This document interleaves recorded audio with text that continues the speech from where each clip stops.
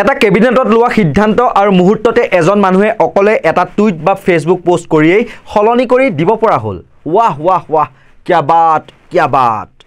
এটা সময়ত তেওঁ ৰাহুল গান্ধীৰ বডি ডাবল দেখা পাইছিল কিন্তু এতিয়া যেন তেওঁৰ বডি ডাবলহে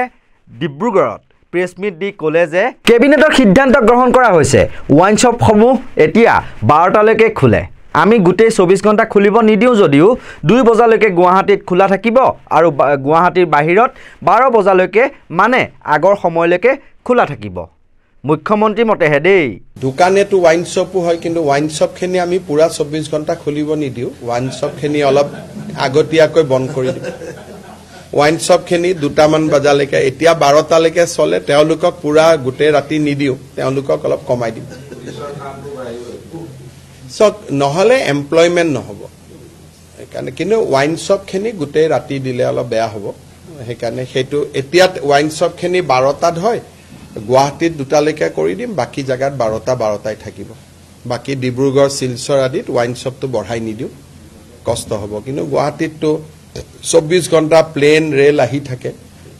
গতিকে গুৱাহাটীটো 2টা বজালৈকে দিম বাকি ওয়াইন শ্বপখিনি যেনেকে আগত আছিল তেনেকে থাকিব ওয়াইন শ্বপখিনি আমি বঢ়াই দিয়াৰ কথাটো চিন্তা কৰা নাই পিছত যদি কোনবাই দাবী কৰে ৰাইজে কয় বেলেগ কথা কিন্তু আজিৰ মুহূৰ্তত আমি এইটো নৰ্মেল শ্বপছ এণ্ড এষ্টাব্লিছমেণ্টৰ কাৰণে কৈছো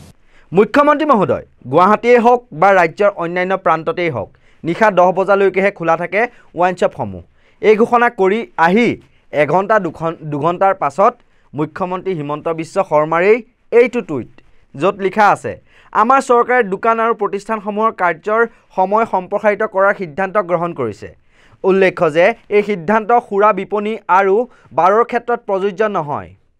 এই স্পষ্টীকৰণসমূহ সংশ্লিষ্ট পক্ষৰ জ্ঞাতাৰ্থে জনোৱা হ'ল চাওক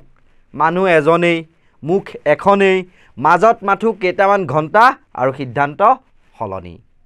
এখন কেবিনেটে লোৱা এটা সিদ্ধান্ত মুহূৰ্ততে নিজে সলনি কৰি দিলে মুখ্যমন্ত্ৰী হিমন্ত বিশ্ব শৰ্মাই অৰ্থাৎ তেৱেই কেবিনেট তেৱেই উঠি ৰজা বহি ৰজা আৰু তেৱেই হৰ্তা কৰ্তা বিধাতা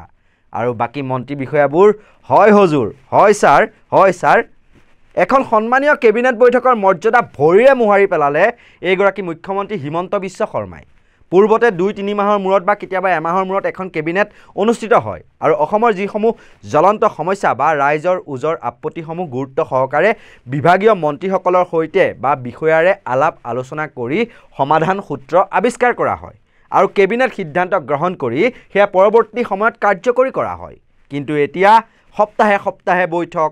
আৰু কেবিনেট বৈঠক অনুষ্ঠিত হৈয়ে থাকে আৰু সেই কেবিনেট বৈঠকত লোৱা সিদ্ধান্ত